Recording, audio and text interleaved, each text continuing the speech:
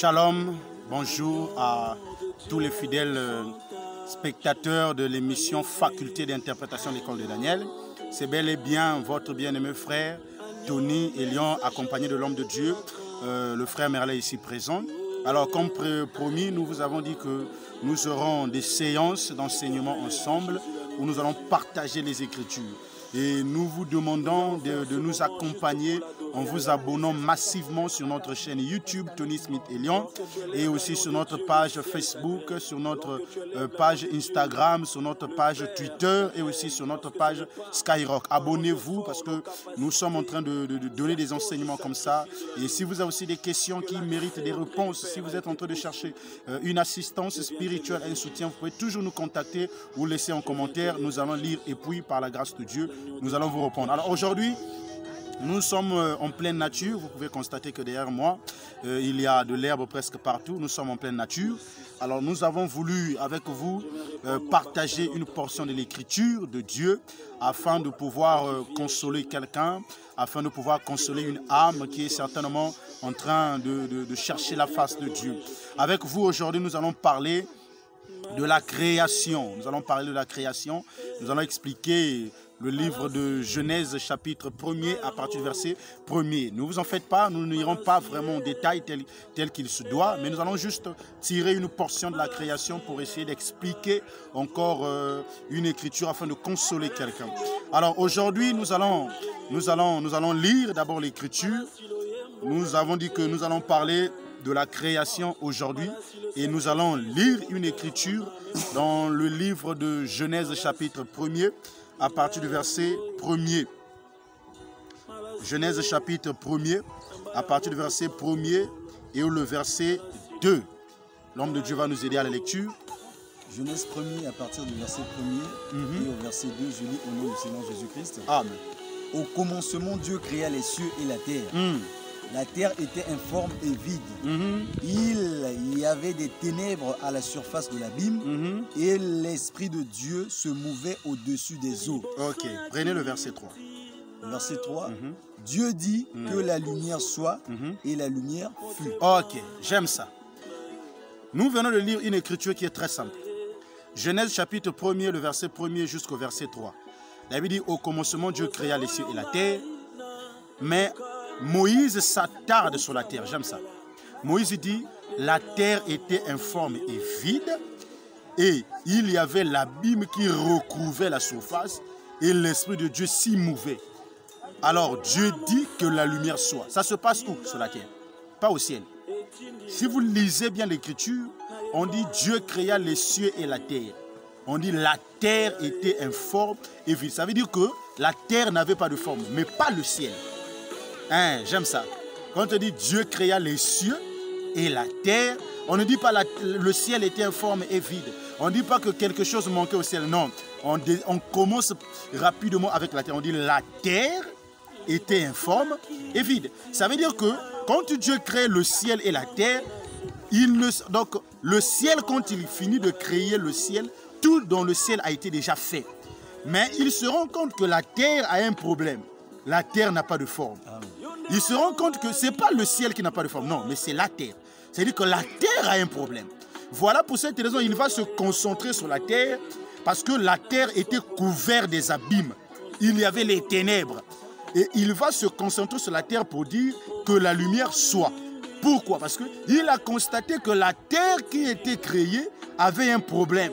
La terre qui était créée n'était pas dans la lumière. La terre qui était créée était dans les ténèbres.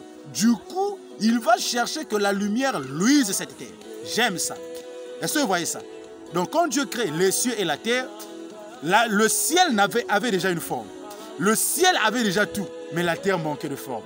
La terre manquait de lumière. Les ténèbres y couvraient. Voilà pour cette raison nous sommes en train de dire ceci. Nous disons que dans la marche prophétique de la Bible, le ciel c'est la perfection et la terre c'est l'imperfection. Dans la marche prophétique de la Bible, le ciel c'est la perfection, la terre c'est l'imperfection. Voilà pour cette raison, vous serez d'accord avec moi. Dans Matthieu chapitre 6, lorsque les disciples de Jésus vont demander à Jésus, enseigne-nous comment prier. Qu'est-ce que Jésus va leur dire? Jésus leur dira, dites, notre Père qui est aux cieux, que ton règne vienne, que ton nom soit sanctifié, que ta volonté se fasse sur la terre, comme elle est au ciel. Ça veut dire que, en d'autres termes, Jésus nous ramène à la création. Il dit que ta volonté se fasse sur la terre, comme au ciel. Ça veut dire qu'au ciel, la volonté de Dieu y est. Supportez-moi. Au ciel, la volonté de Dieu y est. Mais sur la terre, elle n'est pas. Voilà pour cette raison, Jésus attendait que la volonté céleste se fasse sur la terre. Or, pour que la volonté céleste se fasse sur la terre, c'est ça la répétition de que la lumière soit. Hein? Parce que quand Dieu crée, le ciel avait déjà la lumière, mais la terre y manquait. Voilà pour cette raison, Dieu doit dire que la lumière soit. Ah, en d'autres termes, cette lumière-là, c'est ce que Jésus appelle la volonté du Père. Et vous voyez ça. Donc, dans la création, la terre n'avait pas de forme, mais le ciel en avait une. Voilà pour cette raison nous disons ceci. Lorsque nous marchons sur la terre, frère, la terre est un lieu d'informité. La terre est un lieu de manquement. La terre est un lieu de ténèbres. La terre est un lieu d'obscurité. Or, pour y vivre, on a besoin que Dieu fasse luire sa lumière. Voilà pour cette raison, nous ne cessons de dire aux enfants de Dieu, ce que tu cherches aujourd'hui, si la terre ne peut pas te le donner, le ciel va te le donner. Parce que le ciel a la réponse à tout. Parce que quand Dieu dit, Dieu créa les cieux et la terre, le ciel n'était pas informe. C'est la terre qui était informe. C'est-à-dire que le ciel n'avait pas de problème, mais la terre en avait un. Ça veut dire que les problèmes de la terre, celui qui apporte la solution, c'est le ciel. J'aime ça. Voilà pour cette raison, frère. Vous allez remarquer que l'être humain a été créé à base de la poussière de la terre. Nous sommes dans Genèse chapitre 2, verset 7. L'homme a été créé à base de la poussière de la terre. Ce qui veut dire que la terre comme l'être humain marche avec des manquements. La terre comme l'être humain marche avec des ténèbres. La terre comme l'être humain marche avec des difficultés. Maintenant, frère, on a besoin que cette terre qui est ta vie, cette terre qui est ma vie, puisse avoir la forme, afin que les ténèbres qui y couvrent soient dissipées. Or, le seul objet qui fait fuir les ténèbres, c'est la lumière. Voilà pour cette raison, le Dieu a dit que la lumière soit. Or, la lumière, c'est la première des œuvres de Dieu. Est-ce que vous voyez ça? Oh, moi, j'ai aimé ça, frère. Ça veut dire que la lumière doit naître afin d'apporter la lumière ou l'éclairté sur les ténèbres de la terre. Voilà pour cette raison nous ne cessons de dire aujourd'hui, bien-aimé, si pendant que tu es en train de vivre, ce que tu demandes à Dieu, si la terre ne peut pas te le donner, ne regarde pas la terre, regarde le ciel. Parce que ce que la terre ne peut pas te donner, le ciel peut te le donner. Or, vous allez vous rendre compte, je parle de la terre, je ne vois pas seulement la terre physique, je vois les hommes. Parce que l'humanité, tous les hommes sont des produits de la terre. Or, il y a une seule personne qui n'est pas le fruit de la terre, c'est Christ Jésus. Voilà pour cette raison, lorsque la terre était dans le chaos, on avait besoin de quelqu'un pour relever la terre. On avait besoin de quelqu'un pour donner la lumière à la terre. On a cherché parmi les hommes. Apocalypse chapitre 5, Jean dit quoi? Et personne ne fut trouvé digne. Ça veut dire que la Bible commence dans les cieux, sur la terre, sous la terre. Personne. Mais il fallait qu'il y ait quelqu'un. Or, cette personne, c'est Jésus. Or, qui est Jésus? Jésus, c'est le Fils, pas de la terre, mais le Fils du Très-Haut. Luc chapitre 2. Lis-nous ça, homme de Dieu. Nous voulons comprendre ce mystère de la création. Nous vous avons dit, nous voulons juste expliquer ce verset-là, cette petite écriture. Luc chapitre 2. Luc 2.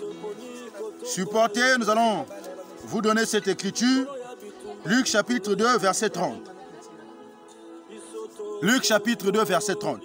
Luc 2, verset 30, je lis au nom du Seigneur Jésus-Christ. Jusqu'au verset 32. Jusqu'au verset 32. Car mes yeux ont vu ton salut. Non, Luc. Chapitre, prenez chapitre 1er. Luc chapitre 1er, supportez-moi. Luc 1, verset 30 à 32. Je lis au nom du Seigneur Jésus-Christ. Amen. L'ange lui dit, ne crains point, Marie, oui, car tu as trouvé grâce devant Dieu. Et voici, tu deviendras enceinte et tu enfanteras un fils et tu lui donneras le nom de Jésus.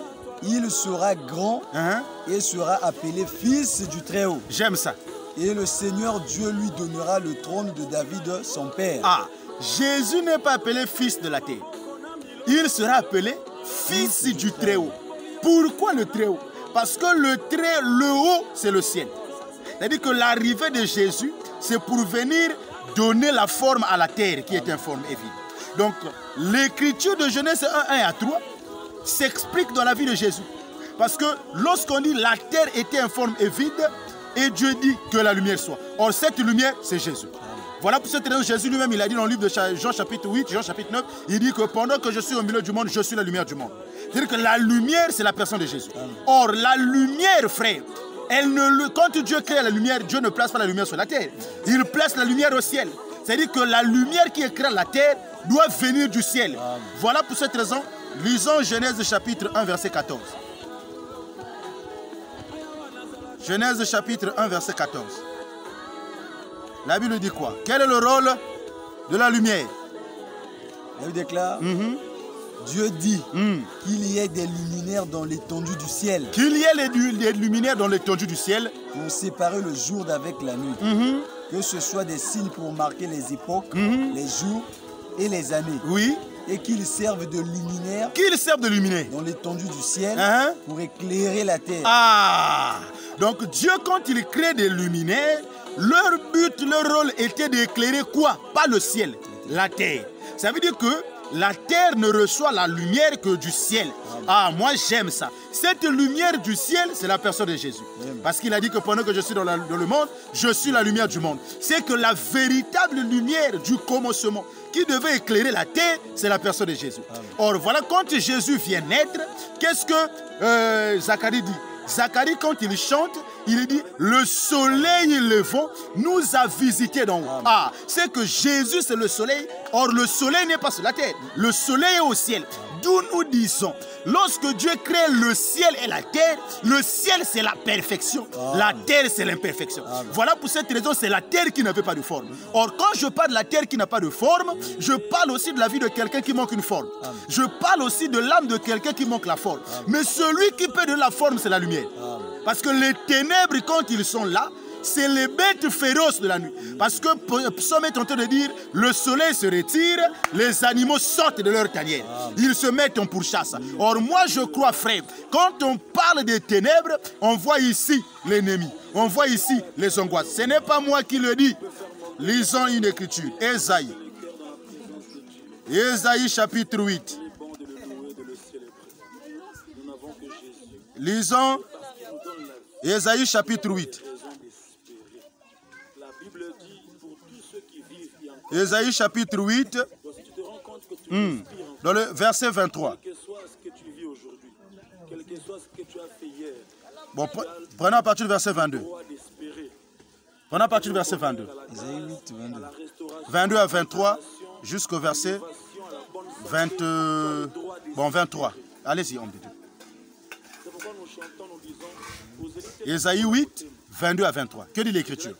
Nous voulons comprendre que les ténèbres, c'est aussi la souffrance. Ésaïe 8, 22 à 23.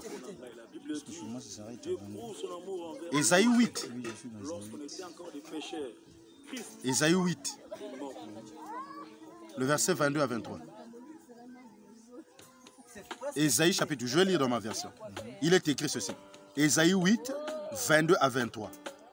Puis il regarda vers la terre et voici, il n'y aura que détresse, obscurité et de sombres angoisses. Il sera repoussé dans les épaisses ténèbres. Verset 23. Mais les ténèbres ne régneront pas toujours. Sur la terre où il y a maintenant des angoisses. C'est que les ténèbres ou l'obscurité, c'est les angoisses. Verset 23 toujours. Si les temps passés ont couvert d'opprobre le pays de Zabulon et le pays de Nephtali, le temps à venir, ici c'est une prophétie, le temps à venir couvriront de gloire la contrée voisine de la mer au-delà du Jourdain, le territoire des païens.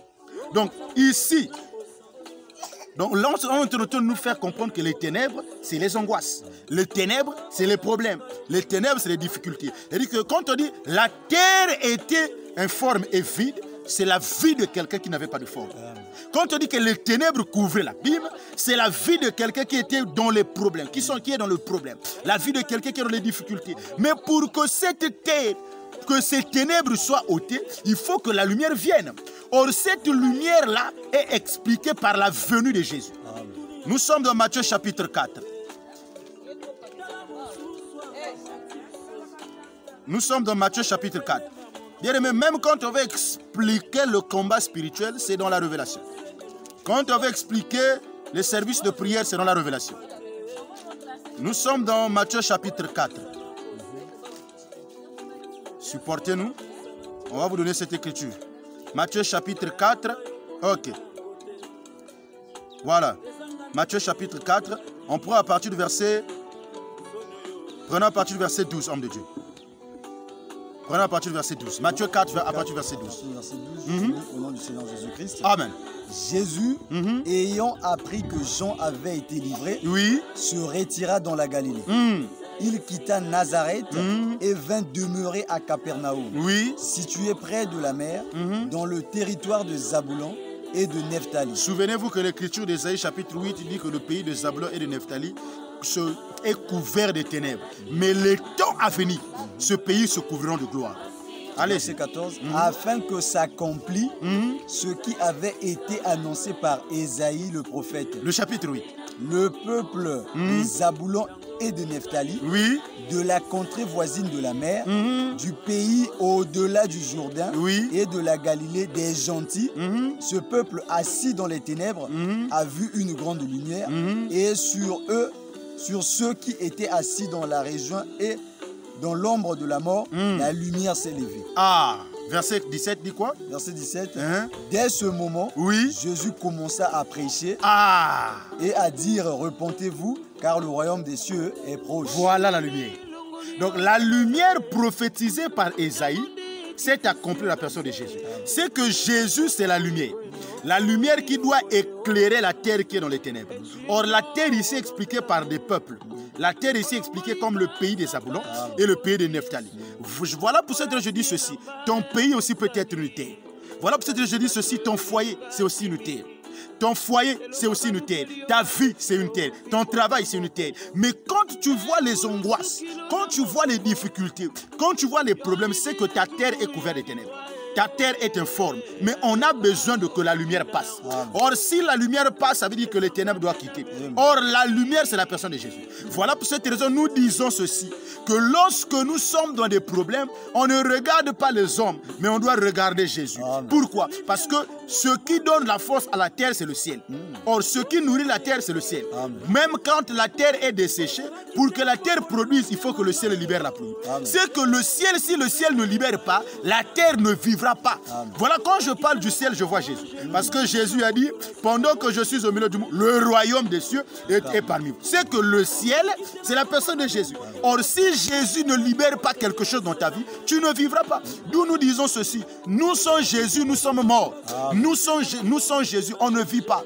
Un fils de Dieu sans Jésus ne vit pas. C'est comme une terre sans ciel, n'a pas d'existence. Parce que pour que la terre puisse germer, il faut que le ciel libère. J'aime Genèse chapitre 2. La Bible dit que pour que la terre produise des fruits, il faut que le ciel libère la pluie. Aussi longtemps que Dieu n'a pas encore fait pleuvoir la pluie sur la terre ne pourra pas produire. Or, je dis que la terre, c'est ta vie. Et dit aussi longtemps que Dieu ne libère pas une parole dans ta vie, tu ne pourras pas produire. Tu n'auras pas de vie. Or, pour que tu aies une forme, pour que tu sois éclairé, il faut que Dieu dise que la lumière soit. Or, cette lumière, c'est Jésus. Elle dit que quiconque n'a pas encore accepté Jésus est dans les ténèbres. Quiconque n'a pas encore accepté Jésus est dans les angoisses. Accepte Jésus, tu verras le changement. Accepte Jésus, ta vie va se transformer. Accepte Jésus, tu vivras la lumière. Voilà pour cette raison, Paul dit ceci. Marchez pendant que vous êtes marchez dans le jour comme les fils de la lumière. Or, Paul dit encore, il dit ceci, que ceux-là qui marchent dans les ténèbres marchent la nuit. Mais nous qui sommes fils de la lumière, c'est que Jésus est venu faire naître les fils de la lumière. Oh, moi, j'ai béni un homme de Dieu qui nous a prêché sur les sources de lumière. Parce que Jésus, comme la source primaire de lumière, il fait de nous des sources secondaires de lumière. Est-ce que vous voyez ça? C'est-à-dire qu'un enfant de Dieu, c'est quelqu'un qui est né de lumière. Tu n'es plus né de la chair, tu n'es plus né frère des hommes, mais tu es né de la lumière. Parce que la terre, c'est ta vie. Voilà pour cette raison, moi, quand quelqu'un a des problèmes, oh, papa pasteur va faire quoi pour toi? Archibishop va faire quoi pour toi? Lui-même, c'est d'abord une terre. Lui-même, il dépend du ciel. Voilà pour cette raison, moi, j'ai aimé Jésus. Jésus a dit, tout ce que vous demanderez au Père en mon nom. Est-ce que vous voyez ça? Il ne dit pas au nom d'un pasteur. Il ne dit pas au nom d'un prophète. Non, il dit au Père, mais en mon nom. Il dit que si tu veux recevoir quelque chose, il faut regarder le ciel. Parce que Jésus est mort. Il est ressuscité. Il est où? Étienne l'a vu assis au ciel à la droite du Père. Or, quand Jésus prend la position de la droite, c'est qu'il prend la position de la force. Voilà pourquoi la Bible dit dans le livre de Psaume, ta puissante droite est ma force. Moi, je crois, frère, c'est que la terre qui est informe et vide, quand la lumière passe, la lumière change la terre. Voilà pour cette raison, lorsque le crocodile passe, l'abîme prend la chevelure du vieillard. J'aime ça. Frère, j'aime ça. Voilà pour cette raison, il se peut que ma soeur, toi qui me suis, depuis chez toi à la maison, il se peut que depuis un certain temps au travail, ça ne marche plus. Il se peut que depuis un certain temps à l'école, ça ne marche plus. Il se peut que depuis un certain temps à la maison, ça ne marche plus. Depuis que papa est parti jusqu'à aujourd'hui, il ne revient plus. Depuis que, bien aimé, les enfants sont allés à l'école, on les a chassés. Depuis que, bien aimé, peu importe ce qui arrive dans ta vie, dis-toi que la terre est informe. Mais si tu attends l'arrivée de la lumière va te donner la forme. Amen. Voilà pour cette raison, nous croyons ceci. Quelle que soit la situation de ta vie, jette le regard à Christ. Jésus n'a jamais été vaincu. Hein? Jésus n'a jamais été vaincu, frère. C'est un roi invaincu. Depuis que Jésus a commencé à livrer bataille, il n'est que vainqueur. Il n'a jamais été vaincu. Voilà pour cette raison nous disons ceci. Ce que tu as comme problème, ne regarde pas les hommes. Ne regarde pas les hommes, mais regarde Christ. Parce que Christ, c'est le ciel. Et toi aussi, tu es la terre. Voilà pour cette raison, la terre ne peut pas te donner ce que tu cherches. Mais le ciel, oui. Si tu as besoin de quelque chose, ne regarde pas la terre. Jette le regard vers le ciel. Oh, moi, j'ai aimé la femme qui était courbée, Luc chapitre 13. Jésus est venu croiser une femme qui est courbée. Or, quand tu es courbé, tu ne peux pas voir le ciel. Tu regardes la terre. Aussi longtemps qu'elle regardait le sol, elle n'était jamais guérie. Mais Jésus est venu redresser cette femme afin qu'elle regarde le ciel. C'est-à-dire que quand tu regardes le ciel, tu es béni. Quand tu regardes le ciel, tu es béni, ma soeur. Le ciel détient la bénédiction. Le ciel détient la gloire. Oh, moi, j'ai aimé. Dieu a dit à Job, connais-tu les lois du ciel? Est-ce que tu peux régler son pouvoir sur la terre? C'est que le ciel a des lois dont l'application est terrestre. Voilà pour cette raison, quand tu as un problème, toi qui es sur la terre, ne va pas chercher les charlatans. Le ciel a des lois. Si tu as un problème de maladie, le ciel a une loi pour ça. Si tu as un problème de ce bien-aimé, que ce soit même de sida, peu importe, le ciel a une loi pour ça. Tout problème, le ciel résout. Et je crois, ma soeur, qu'à compter de cet instant que tu écoutes ce message, si tu jettes tes regards vers le ciel, je suis sûr que le ciel va dire une parole pour toi. Amen. Et quand je parle du ciel, je vous ai dit, je parle de Jésus. Peu importe ce que tu vis, ta terre est informe, ta terre n'a pas de forme, tu n'as pas de lumière, ne pleure pas. On se moque de toi, ne pleure pas. On te critique, ne fais même pas de ça un problème. Amen. Jette les regards vers le ciel va te donner la réponse. Que Dieu te bénisse. J'aimerais que l'homme de Dieu puisse nous aider, qu'il nous aide avec la prière. Il va prier pour toi, ma soeur. J'aimerais que l'homme de Dieu puisse prier pour toi. Il va prier pour demander que le ciel qui est Jésus vienne dans ta vie. Hein? Il va prier pour que le ciel qui est Jésus vienne. Voilà pour cette raison, bien-aimé, n'aie jamais honte, peur. Non, non, non. Nous avons Dieu. Pendant que l'homme de Dieu va prier pour toi, crois à cette prière, crois à cette déclaration, que le ciel va te visiter. Et si tu as un problème, tu as une situation, ne t'en fais même pas. Ne promène même pas les regards inquiets. Le ciel va te répondre. Le ciel va te libérer. Homme de Dieu, j'aimerais que tu fasses une prière pour ceux-là qui nous suivent. Que le ciel visite ces âmes. Que le ciel les bénisse. Que le ciel les accompagne.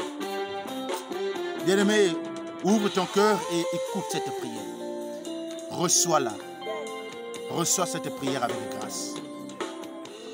Na molongo ya bato bazwangolu na nzambe na kokyo wanga na te naza na kati na tomboli maboko na nzimi na motema mobimba na ngai yawa ngolu na ngolu. Bien-aimé, j'aimerais seulement, lorsque l'homme de Dieu va se mettre à prier pour toi, le ciel va te visiter.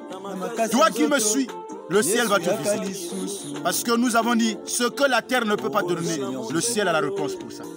Père éternel, Dieu Tout-Puissant. Oui, Seigneur. Ngolou, Ngolou, Ngolou, Père éternel, Papa. Ce peuple qui nous a suivis, Père éternel, à cet instant, Seigneur, nous demandons ta grâce, Seigneur. Ta grâce, Seigneur. Que la grâce de Dieu descende dans leur vie. Que le ciel se souvienne de tous ceux qui ont écouté ce message, Seigneur. Que la pluie, qui est la bénédiction véritable du Seigneur, tombe sur vos vies. Peu importe les combats, peu importe les situations, toi en tant que terre, ne crains absolument rien. Car la pluie qui est la lumière véritable, le ciel va éclairer ta vie dans tous les domaines, Père. Toi qui es maître des temps et des circonstances. Amen. Voilà pourquoi l'ange a dit à Abraham, oh, je suis le Dieu très haut. Que veut dire le Dieu très haut? Maître du ciel. Il est d'abord maître du ciel. Parce que le ciel n'a pas de problème. C'est la terre qui a des problèmes. Voilà pourquoi lui qui est le maître du ciel, il va régler son pouvoir sur la terre dans sa vie. Voilà pourquoi nous déclarons, peu importe les combats, peu importe les situations, peu importe les situations, peu importe les difficultés, que ce soit problème d'enfantement, que ce soit problème du travail, maintenant que nous parlons, au nom suprême de Jésus-Christ de Nazareth, que les chaînes tombent maintenant, que l'esprit qui te détenait captif lâche prise maintenant. Nous chassons tout ce qui n'est pas de Dieu. La Bible déclare, toute plante que mon Père n'a pas plantée, ça c'est Christ qui plaît, sera déraciné. Voilà pourquoi nous déracinons au nom de Jésus tout ce qui ne confesse pas la gloire de Jésus-Christ. J'ai ainsi prié que l'onction te visite. Que Dieu te bénisse. Merci beaucoup, serviteur du Très-Haut. Ma soeur, je crois que cette déclaration de son serviteur va toucher ta vie, va bouleverser ta vie, va changer ta vie. Et nous ne cessons de vous le dire, nous sommes ensemble avec vous. Chaque fois, abonnez-vous sur notre chaîne. Nous avons des vidéos que nous publions tous les jours pour l'édification du peuple de Dieu. Que Dieu vous bénisse, vous qui nous suivez, de partout là où vous êtes, que ce soit en France, aux États-Unis, en Afrique, en Amérique, partout. Que Dieu vous bénisse et nous vous disons un excellent week-end par la grâce de Dieu. Merci beaucoup.